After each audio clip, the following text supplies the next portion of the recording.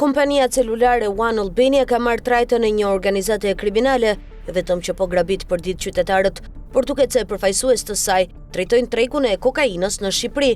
Aksioni i zhvilluar mbrëm nga policia në kryeqytet, ku arrestuan 22 persona, tregoj se kemi të bëjmë me një grup kriminal që drejton një prej kompanive më të rëndësishme celulare në vend. Kjo tregon qartë pse klientët trajtohen nga kjo kompani si Sklever, pasi pas saj fshihen kontingjent të krimit. Për të qenë më të qartë, policia goditi një rrjet që trafikonte drogë në Tiranë dhe mes 22 personave ra në pranga Erald Sina dhe Artan Pullazi. I pari është një person me rëndësi në kompaninë One Albania. Sina është drejtuesi departamentit të zyrave dhe pasurisë në kompaninë One, ndërsa Pullazi rezulton kreu i ekipit të transportit në One. Pra bëhet fjalë për dy drejtues me poste të larta. Sipas policisë, grupi shiste kokainë dhe kanabis në lokale, tabakino dhe zona të ndryshme të Tiranës. Bëhet fjalë për një rrjet të mirë organizuar që operonte thuajse në të gjithë kryeqytetin. Ky operacion duket se nxjerr zbuluar kompaninë, e cila përveç skandaleve ku mashtron qytetarët, shkatrimit të tregut telefonik dhe shumë aferave të tjera, tani rezulton e përfshirë edhe në trafik droge.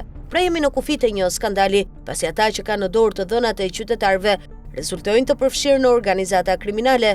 Janë me qindra mijëra abonentë tek One dhe të dhënat e tyre shumë lehtë mund të bien në duart e kësaj bande cila helmon të rinj ditë natë dhe terrorizojnë qytetarët nga ana tjetër.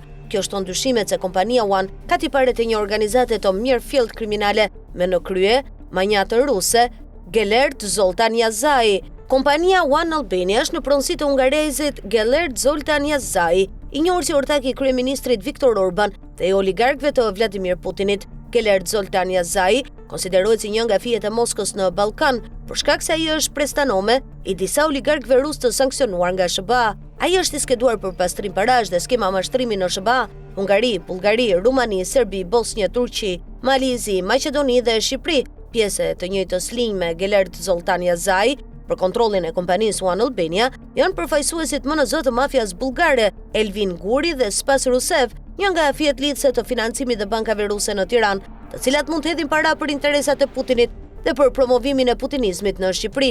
Kompania greke OTE, e cila ishte nën kontrollin e gjermanëve, në vitin 2019 njoftoi shitjen e Telekom Albania, AMC, sot One Albania, për 50 milion euro, te kompania bullgare Albania Telecom Invest AD, me pronar Spas Rusev dhe shqiptaro-bullgarin Elvin Guri, në një kohë kur Telekom kishte fitime të pashpërndara prej 352 milion eurosh në vitin 2017. Ortaku i Elvin Gurit, Spas Rusev, është një biznesmen tepër i dyshimt bullgar me histori të errta lidhjesh me krimin organizuar, mafjen, financier rus pranë Putinit dhe politikan të korruptuar.